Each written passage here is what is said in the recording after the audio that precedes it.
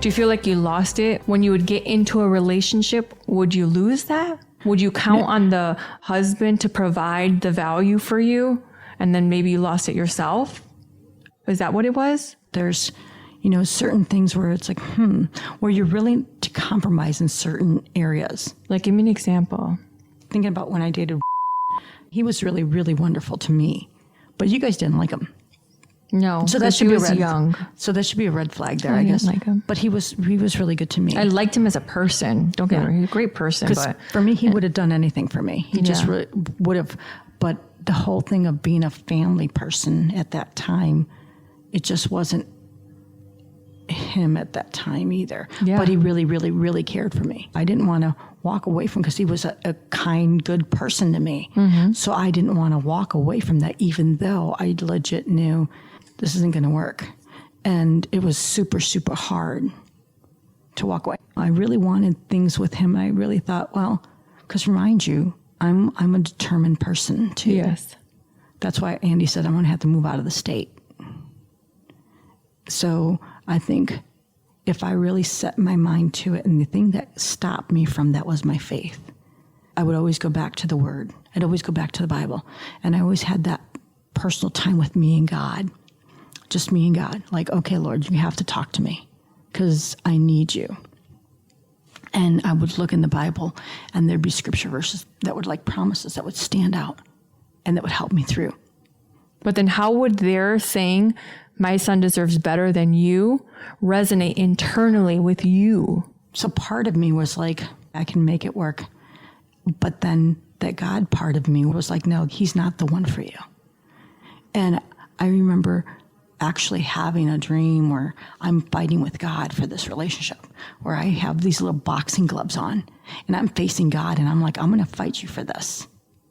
And God literally just picked me up and said, honey, not this way, this way. I'm not your enemy. I'm for you. I mean, he literally had to pick me up and turn me around and say, you don't have to fight me because I'm always for you. Because you wanted to keep that relationship. I wanted to keep that relationship. And he said, no, this is not yours. This is not yours. Like, you have to trust me on this is not yours. And it finally got to that point. Otherwise, if it wasn't for that, I think I would have made it work. Mm-hmm. I really do. If it wasn't for that God part of me saying, no, he's not yours. That's a progression. Because in your other two relationships, like my dad had to get kicked out of Illinois. Andy left voluntarily, right? Because he knew. Mm-hmm. And in this one, this was where, like, you know what, Delia, this ain't for you. And it's true. And he's like, no, he's not. It's basically those baby steps of understanding what's yours. Mm-hmm. Mm-hmm. And I'll never forget that. It's like for me, in that part, I learned my value because God was trying to give me that understanding. Like, I had gone to Kosovo. Remember, you wanted to go to Kosovo. And it turned out that I went instead. And at that time... This was for church. There was this one missions group going to Kosovo, and I did want to go, and you went. And you had a great time, right? It was the hardest trip I've ever taken in my life because this is right after the war. So you see mass graves everywhere. There's, it's just people would put pictures of people's like missing people on their houses. In case you saw that person, you would know that was their child or loved one or whatever. So, I mean, I'd never experienced anything like Kosovo before, so it was a challenge there. Is this your first time international? No. I had already gone to Ecuador a couple times. It was the hardest for me because I felt powerless. Here I am. When you're an overcomer and you're overcoming all these other obstacles, and mind you, I want to jump back for a minute because, as you mentioned earlier, Kosovo was not the first short-term mission I'd taken. We'd gone to Ecuador. And in Ecuador, we had gone and there was a garbage dump there. And we went to the garbage dump, and I'll never, ever forget meeting a woman in there. And this woman, and mind you, in the garbage dump, people eat, sleep, live in the garbage dump. That's their whole life. And sometimes when their children are born, they wouldn't name them for 2 years because they were afraid that they would die and they didn't want to get attached. But that's their whole life. And they would actually scrounge through the garbage and they would give it to the dump king, and that's how they would make money. Mm-hmm. And that's how they lived. When we went there, I'll never forget, there was a woman who had looked at me and said, I'm sure you think I'm a horrible mother because I have my children here in the dump with me. But I want you to know that I have only a few things. I can either teach my kid to steal, or I can teach my kids how to beg, or I can teach them how to work. And here, I can teach my children how to work. And it just blew me away to find dignity in a dump. Because you want to teach, again, what are you teaching your children? She wanted them to learn how to live, how to work for a living, mm-hmm. instead of begging or stealing. And that was like profound to me. Yeah. That was the time when you guys had left all your clothes there for everyone. Oh my goodness. Because you're like, oh Mom, we gave all our clothes away because we can always get more. I was like, oh my gosh, Lord, you're going to have to help me on this one again. But you really did. You're like, oh my gosh, like, no, we can always get more clothes. But they don't have any. Yeah. And you guys left all your clothes there. Mm. And I to this day, I don't even remember how God supplied when we got back, but he did. Yeah. Were you mad? Obviously. No, because how could you be mad? Yeah. I mean, seriously, how could you even be mad? It's just like, that's when you just go into full-blown prayer mode. Like, Lord, you're going to have to help a sister out. Now we can jump forward to Kosovo. And that's where I felt powerless. And we went there just to take care of them and share what we could. But I'll never forget when my friend Kathy and I they had found out there was going to be a doctor in the building, and they had not had a doctor in so long. And so her and I had both carried this older woman. I mean, really carried her. She took one arm and leg, and I took the other arm and leg. And we literally carried her up like 4 or 5 flights of stairs to get to see the doctor. And we got up there, and he's like, well, she has emphysema. She's going to die. Just like that. Nothing I can do for her. Yeah, she's going to just tell her to go home. She's going to die. And it just broke me. I don't know why it did, but it just broke me. We took her back, and I went downstairs, and I went into our van, and I just cried my eyeballs out and said, Lord, why am I here? Why am I here? I have no money. I have no position of power. I'm just a barber. Why did you bring me out here? Why? I said, what am I supposed to do? And I was just in tears, and he said, just love them. Just love them. And that's what I did. So when you came back, how did it change the way you saw things?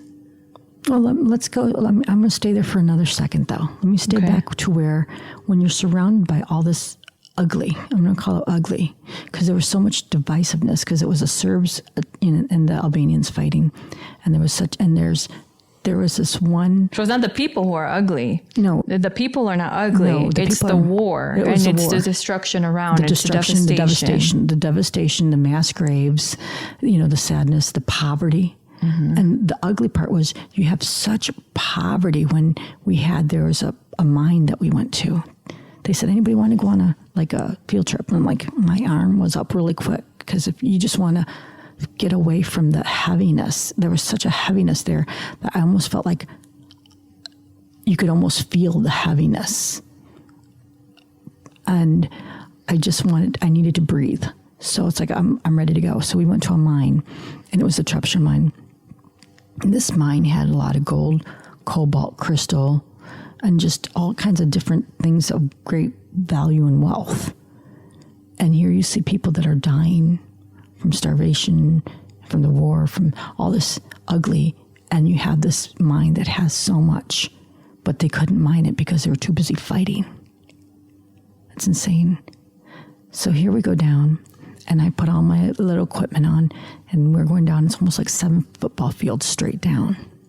It had been closed up for like almost 10 years. And so one mining engineer who took us down gave us a little tour of it, and I had my gear on, and we were going 7 foot buffy. And I remember just walking. He says, now be careful because it's so dark and we haven't mined it, and it's pretty dangerous. And sometimes there can be a place where it'll collapse and you can fall and we'll never find you again. And I remember I'm thinking I'm right behind the mining engineer, like right behind him. And I'm thinking, I'm so confident. I have zero fear because he knows the way. And I'm right behind him. I thought, you know what, God?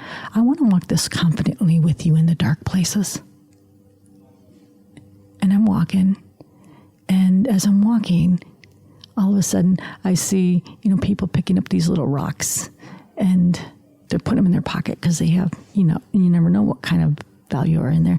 And I was going to do that too. I'm ready to grab some, and I hear that still small voice says, drop it. I'm like, I can hear that still small voice say, that's stealing. And I'm just like, well, everybody else is doing getting rocks. it. Hello. Why are you picking on me? Yeah. Hello. And the Lord said, no. He says, that's stealing. I'm just like, but I'm never going to be in Trepcha again. I'll never come back. That's how we do that. And he says, Delia. So I kept walking. And we get to the very end, and I see this big wall. And in this wall, I see this hole there, and it looks really cool and beautiful because you can see that obviously there's a lot of valuable stuff in there because they've been mining it. And I'm like, oh my gosh, that's so cool. And I asked him, how do you know? Like, I know there's fool's gold and I know there's real gold. How do you know what's really good and what's not? And he explained the whole process. We draw it out of the mountain, we put in these big carts, and we take it down to where the fire is, and then the fire will test up what's of value, will come to the top. And I'm like, huh. I said, wow, God, that's what you do. You draw people out of the mountain, and you help them, you put them through the trials. The pressure. Yeah, and their real value comes up. It's a pressure Wow. test. Yeah. I'm like, wow. And he says to me, yes, that's what I do. He goes, and I fully equipped you. See, because I had all my equipment. He goes, see, I fully equipped you to remind others that they are not part of the mountain. See, we think we're part of the dirt, muck, and mire, but he draws us out away from that dirt, muck, and mire to remind us what value we really have. And that goes through the times of the hardship and the pressure and the trials. Mm-hmm. And then you really see the value that you really have. Mm-hmm. And that was profound to learn in Trepcha. That was powerful. So after that, I'm like, wow, that's so cool. And then the mining engineer, he looks down on the ground and he picks up this rock. He goes, wow, this is a really beautiful piece. And because he knows the value. Yes. And he hands it to me. And I'm like, and I hear that small voice say, yes, because he's giving it to you. And then that was in the relationship that I was in with that I did not want to give up. I did not want to give up. And the Lord said, see, Delia, he knows what's valuable. And I know what's valuable for you. In that moment, you realized that he was talking about my relationship too. Yeah. He says, and that this wasn't for you. Drop it. Mm-hmm, drop it. And then somebody else says, wow, this is like really good stuff. And he just puts it in your hand. And he gave it to me. He said, if you'll let me, if you trust me. That's the guy said? No. Oh. That still small voice. Oh. It's like, wow. No, he just gave it to me. He's like, here you go. I'm like, cool. Like, wow, thank you. Wow, yeah. Thank you. So after that, were you like, okay, I know what I got to do here. I know exactly. Yeah. Did you have clarity? Yeah, of course. And then that was the vision. That was basically, this isn't mine. This isn't mine.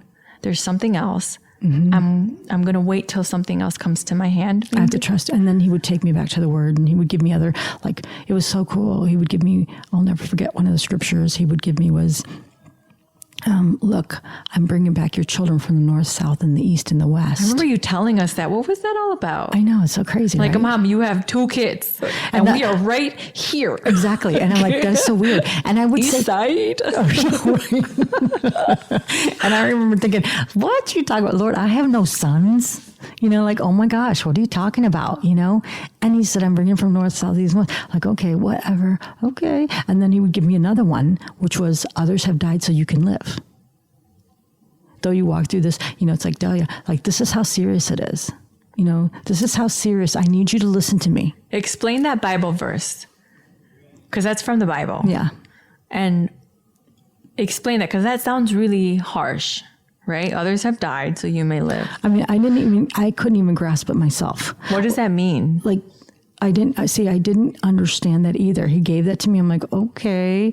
And those are some of the things. Sometimes God gives you things and you have no clue. So sometimes he'll put things in you and you have no understanding at all until the right time. And the right time was when I married Jason. And then I got a really good understanding of what that really meant, because I had no clue. Thank you for listening to Tuesdays with Andrea. There are hundreds of thousands of podcasts out there, and I appreciate you making the time to listen to mine. If you like this show and want to know more, check out TuesdaysWithAndrea.com. Or please leave a review on iTunes or drop a line in the YouTube comments section. Until next time, please stay kind in your mind, nice on the web, and stay hella hopeful in your heart.